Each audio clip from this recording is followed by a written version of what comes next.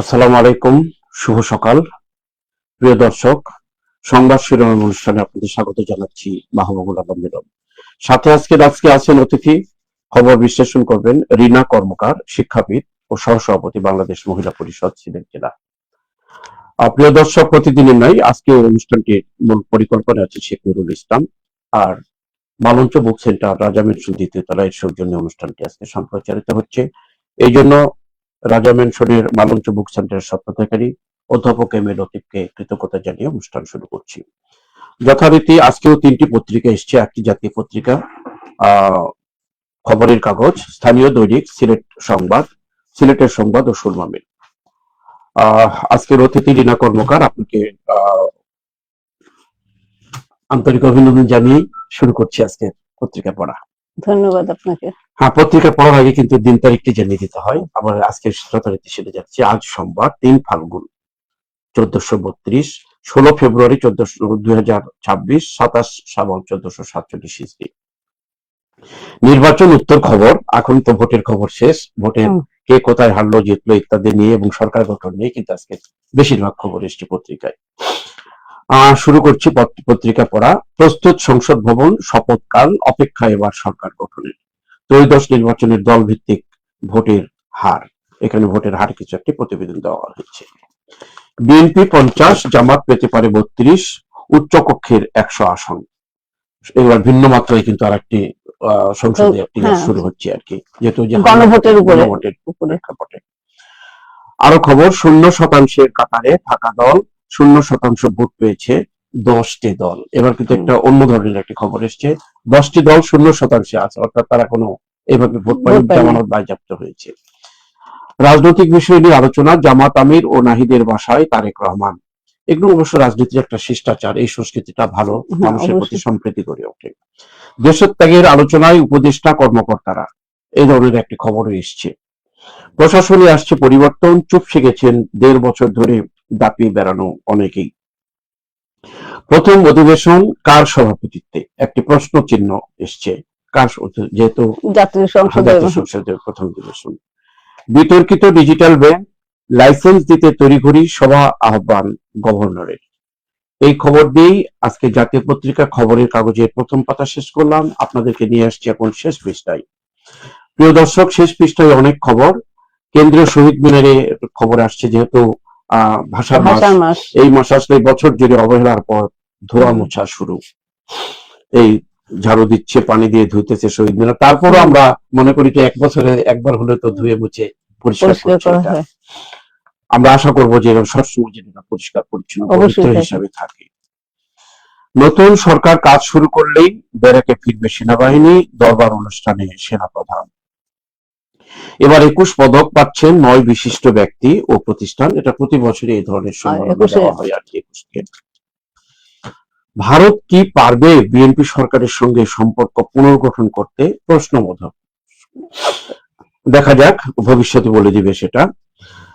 ভালোবাসায় মাতৃভাষা, সাংগঠনিক কর্মকাণ্ড আরো জোরদার করে ছাত্র সমাজ।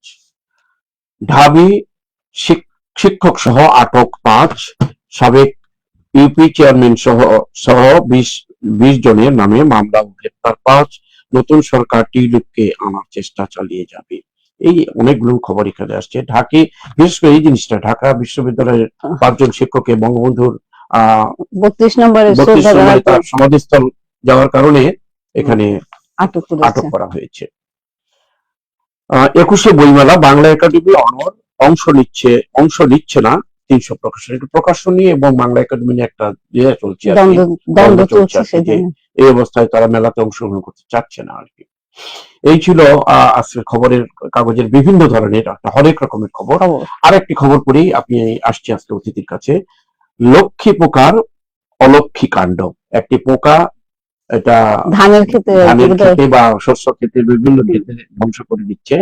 নাম লক্ষ্মী পোকা, কিন্তু অলক্ষীর কাজ করছে।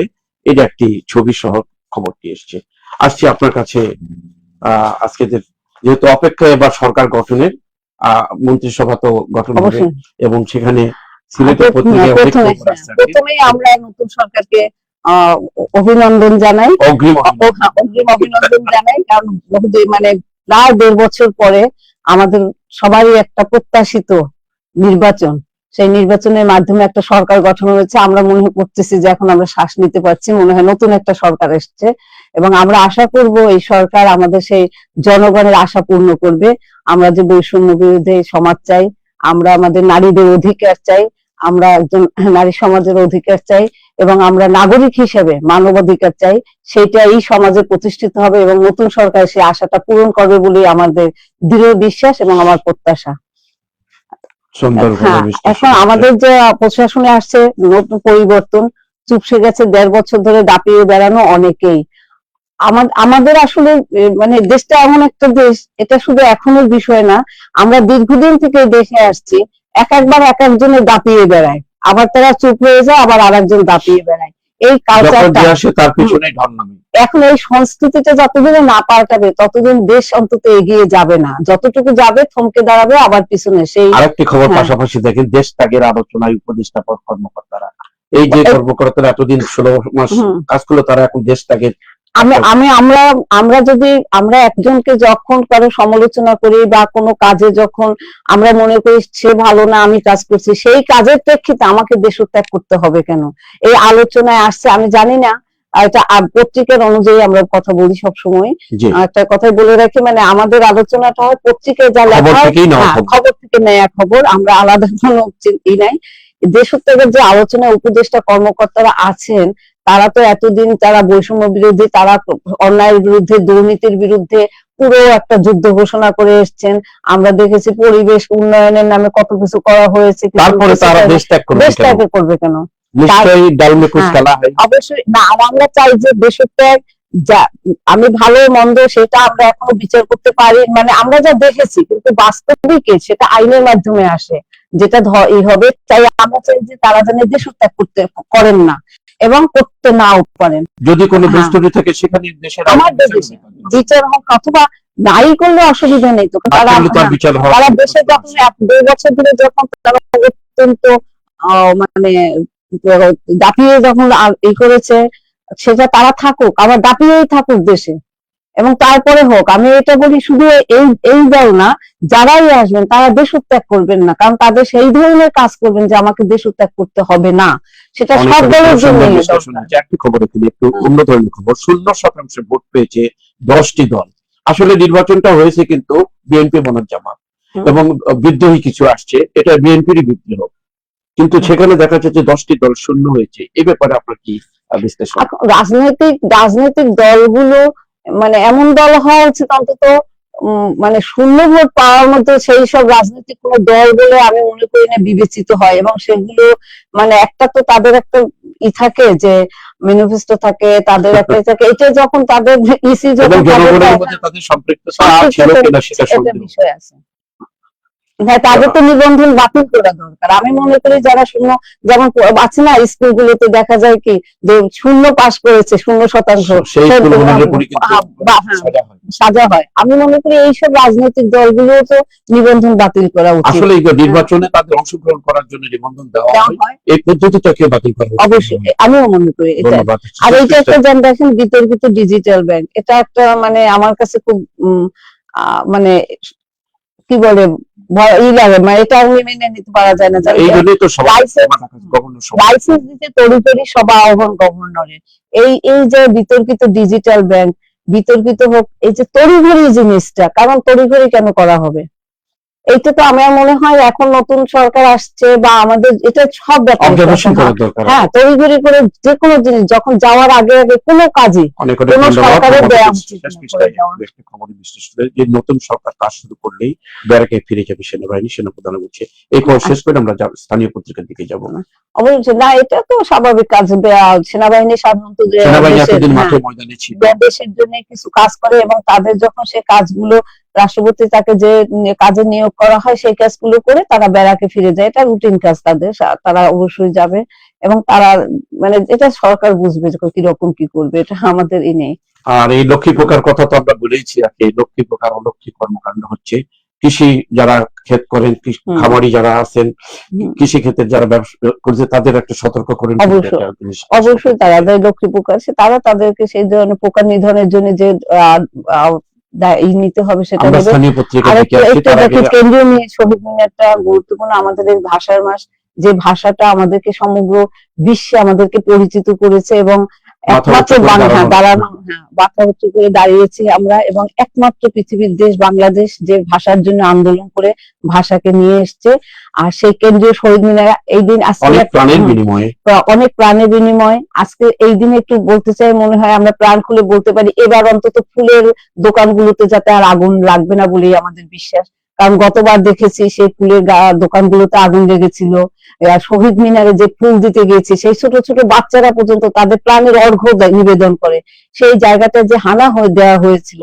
আমরা মনে করি যে এবছর আমরা প্রাণ খুলে আর মায়ের গান গাইতে 21শে পারবো। ফেব্রুয়ারি, 21শে ফেব্রুয়ারির জন্য ফুলে ফুলে সুশোভিত হয় হ্যাঁ। শহীদ মিনার। তাদের প্রতি শ্রদ্ধা জানানোর জন্য ফুলের দামটা যেন কম থাকে, সেটাই আপনার মূল বক্তব্য ছিল। অনেক ধন্যবাদ। ফুলের দাম না, ফুলের জন্য মূল্যায়ন করা হয়, দামটা বাজার মূল্য আমার দরকার নেই, এখানে আমার বাজার মূল্যটাও আমি যোগ দিলাম তার সাথে। সেটা ঠিক আছে। অনেক ধন্যবাদ। আমি হাতে দিচ্ছি সিলেটের সংবাদ, দৈনিক সিলেটের সংবাদে।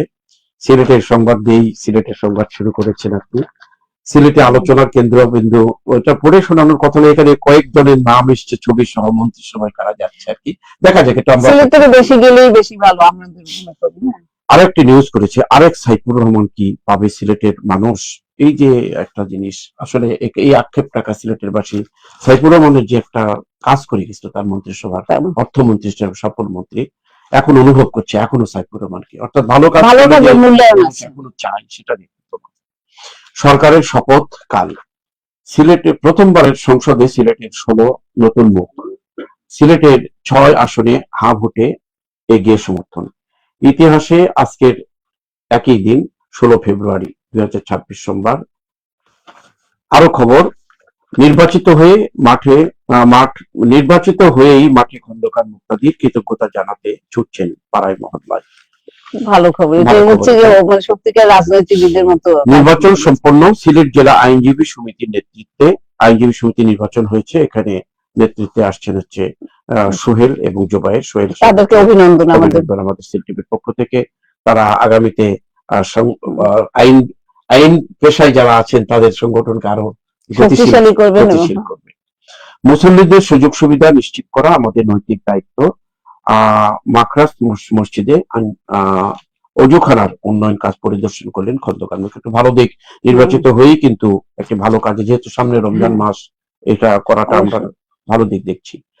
সিলেটে ভালো খবরের মধ্যে দিয়ে একটি অত্যন্ত মর্মান্তিক খবর, এগুলো সিলেটের সড়কে ঝরলো আর একটা প্রাণ। প্রতিনিয়ত এরকম হচ্ছে আর কি। প্রিয় দর্শক, শেষ পৃষ্ঠায় আসছি।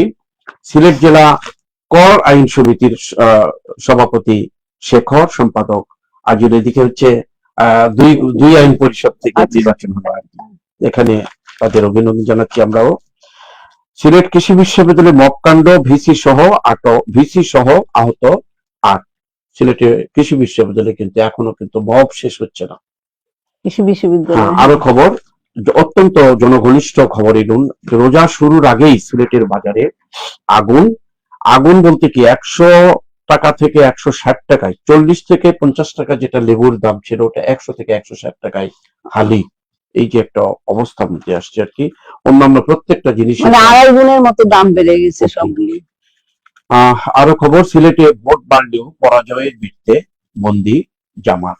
এটা নির্বাচনের ভোটের হারের উপরে বলা হয়েছে। জকিগঞ্জ কানাইঘাটে আলেম নেতৃত্বের জয়, ইসলামী শিক্ষা ও মাদ্রাসা সংস্কারে ভূমিকার আশ্বাস। জকিগঞ্জ থেকে যে প্রার্থী জয়লাভ করেছেন তার বক্তব্য এটা আর কি। জনতার ভালোবাসায় সিক্ত এমপি ইমরান হচ্ছে গোলাপগঞ্জ বিয়ানীবাগ থেকে যিনি পাশ করছেন ইমরান, তার বক্তব্য এটা। আরেকটি খবর পড়ে আসছে আপনার কাছে আবারও। তারাপুরে মন্দির পরিদর্শনে কয়েকটি ঘটনার নিন্দা, তীব্র বিচারের দাবি। এই যে ঘটনাগুলো, শেষ করছি সিলেটের সংবাদ। আপনি দু একটা খবরের বিশ্লেষণ, এই যে সাইফুর রহমানকে নিয়ে যে একটি খবর মাঝখানে দিয়ে ছবি সহ আসছে, আমরা স্মরণ করছি। আমরা তাকে স্মরণ করছি এই কারণে যে আমাদের সিলেটের জন্য এবং সমগ্র বাংলাদেশের জন্য উনি কাজ করেছেন, কিন্তু সিলেটবাসী আরো বেশি উপকৃত হয়েছে এবং সিলেটবাসী ওনাকে এখন পর্যন্ত স্মরণ করে তার এই লেখার মাধ্যমে বোঝা যায়, এবং সব পত্রিকায় হয়তো বা আসবে। আর পত্রিকায় না আসলেও অন্তত মানুষের মনে উনি স্থান দখল করে নিয়েছেন।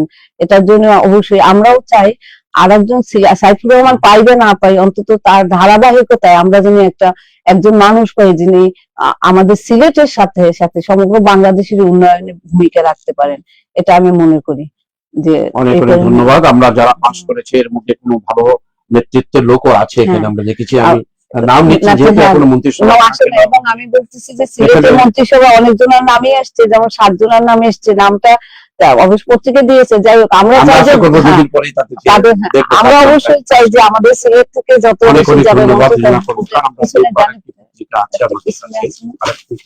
আর কোনো খবরের বিশ্লেষণের মতো এই যে মব সৃষ্টি করা, এটা খুব মানে আমরা গতকালকে দেখেছি, মানে আপনি দেখেন যে ফেসবুকে দেখা গেছে যে সিলেটে কৃষি বিশ্ববিদ্যালয় একটা মানে বড় প্রতিষ্ঠান, শিক্ষা প্রতিষ্ঠান, যেখান থেকে আমাদের শিক্ষা গ্রহণ করার কথা, সেখানে টিচাররা কিভাবে মারামারি করছে, এটা অত্যন্ত দুঃখজনক এবং লজ্জাজনক। শুধু দুঃখজনক নয়, আমার কাছে লজ্জাজনক মনে হয়।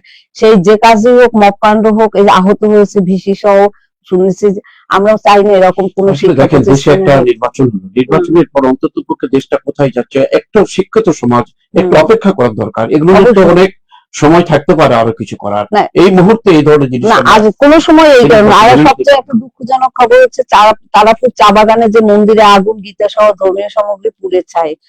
এই যে কোনো ধর্মীয় প্রতিষ্ঠান সে যারই হোক, আমার মনে হয় যে সবারই সেটা একটা রক্ষা করার দায়িত্ব এখানে। সেখানে বারবার মন্দিরে আগুন লাগানো, এগুলো এটা অবশ্যই আমার মনে হয় আমরা দাবি করি শাস্তি, হ্যাঁ, এবং এটা আমরা নিন্দা জানাচ্ছি, দৃষ্টান্তমূলক শাস্তি দাবি করছি। অনেক ধন্যবাদ। আমি যেহেতু সিলেটের স্থানীয় আরেকটি পত্রিকা আমাদের আছে, সময় একবার আমাদের শেষ হয়ে গেছে আর কি। মন্ত্রিসভায় ঠাঁই পেতে পারেন সিলেটের যেসব নেতা, তাদের ছবি সহ অন্য পত্রিকা সেখানেও বলা হচ্ছে। এখানে হেভিওয়েট 2 জন প্রার্থী আছে, আমাদের কিবরিয়া সাহেব, এবং এদিকে আছে জনগণের নন্দিত মেয়র, সাবেক মেয়র আরিফুল হক চৌধুরী। আর 1 নম্বরের আসনে আমরা অপেক্ষায় থাকি দেখা।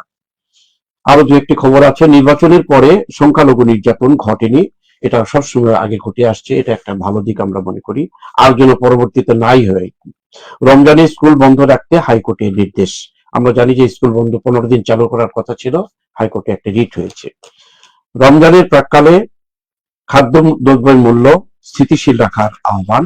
অবশ্যই এই সময় অন্তত রমজানের সময় বিভিন্ন দেখেন ইসলামী কান্ট্রি গুলোতে রমজানের সময় সব খাদ্য মানে অনেক কমানো হয়, হ্রাস করা হয়, কিন্তু আমাদের দেশে বেড়ে যায়। অথচ আমাদের ধর্মীয় মানুষকে তো আমরা বলে থাকি সাধারণত আমাদের কাজগুলোতে দেখা যায় যত আন্দোলন সংগ্রাম ইসলামী মাইন্ড নিয়ে, কিন্তু এই রমজানের সময় সেই সময় দাম বাড়ানোটা, তখন কেন আমরা আন্দোলন করি না? আমি মনে করি এবার দাম বাড়ানো হবে না, এবং দাম বাড়ানো হলে সবাই আমরা ব্যবসায়ীদের মানবিক হওয়ার জন্য আমাদের আহ্বান রইল আর কি।